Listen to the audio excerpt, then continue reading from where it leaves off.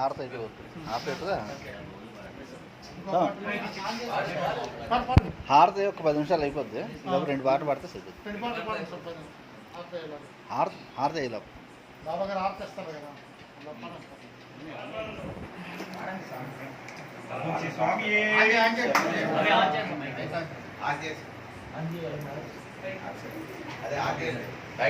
స్వామి